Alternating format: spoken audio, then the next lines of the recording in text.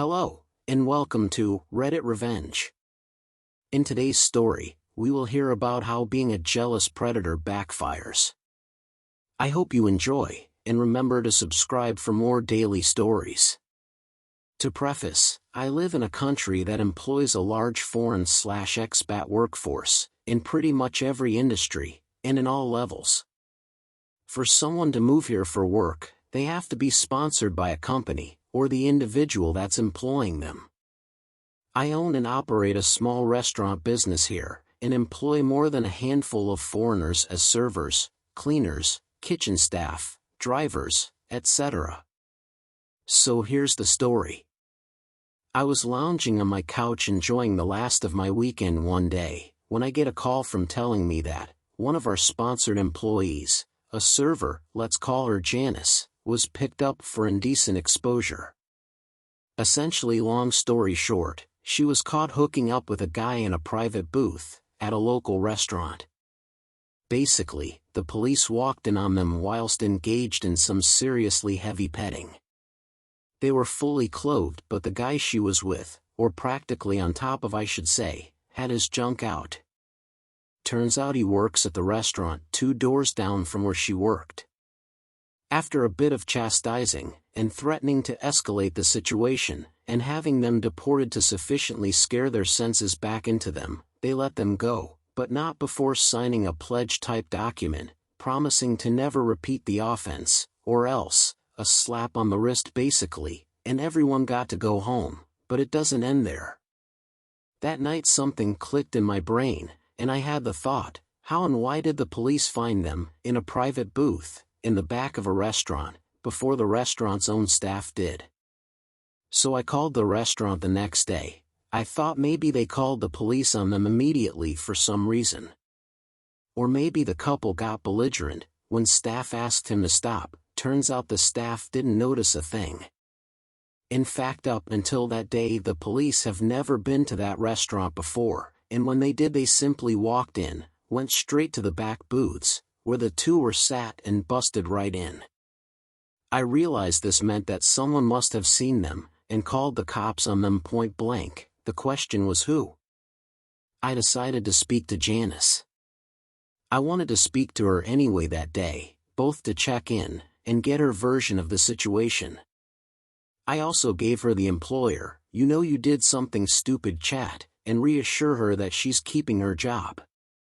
I also wanted to ask her who she thought called her in. Without hesitation, she said it had to be Sammy, who was one of our drivers. Why do you think it was Sammy? I asked. He's the one that dropped me off at the restaurant that day. He might have seen my friend walking right after me, and called the police on us, she said. Well, that sounds a bit drastic. Why would he do that even, if he had seen you do anything? I asked. She claimed it was because he was jealous. He was really into her apparently, and kept trying to get her into bed, she said. What genuinely pissed me off was when she told me that he actually tried to force himself on her once, and she fought him off, and that he hasn't tried or even said anything since, other than be very short and curt with her. My immediate response was, why on earth would you not tell me, or one of your managers right away?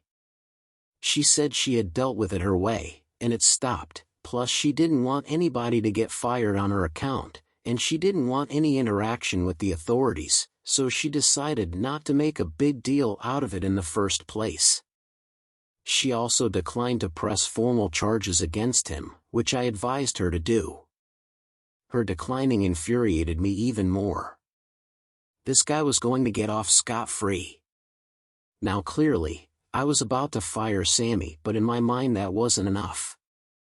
For someone to attempt to rape a person basically, and not get in trouble for it? Not okay with me. But it seemed like it was something I had to live with. Obviously, my next conversation of the day was with Sammy. My intent was to confront him with the accusations. I called him into my office.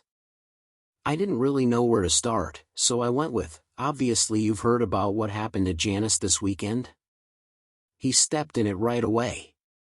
Heard about it, came the unexpectedly proud response from a proud as punch and positively beaming Sammy, "I called it in." And this is where it started to get super satisfying. You see, for a couple of years since I met Sammy, every now and then he would pull out and show us all pictures of his wife, who was back home living with his mother. She was younger than him, and quite beautiful, but sadly barren, which is apparently why she settled with an older fart like him. He was so proud of how pretty she was. He was also a devout religious man, or so he claimed. So I asked him, why call the police? He came back with, after I dropped her off I waited to see who she was meeting, because she's a troublemaker woman.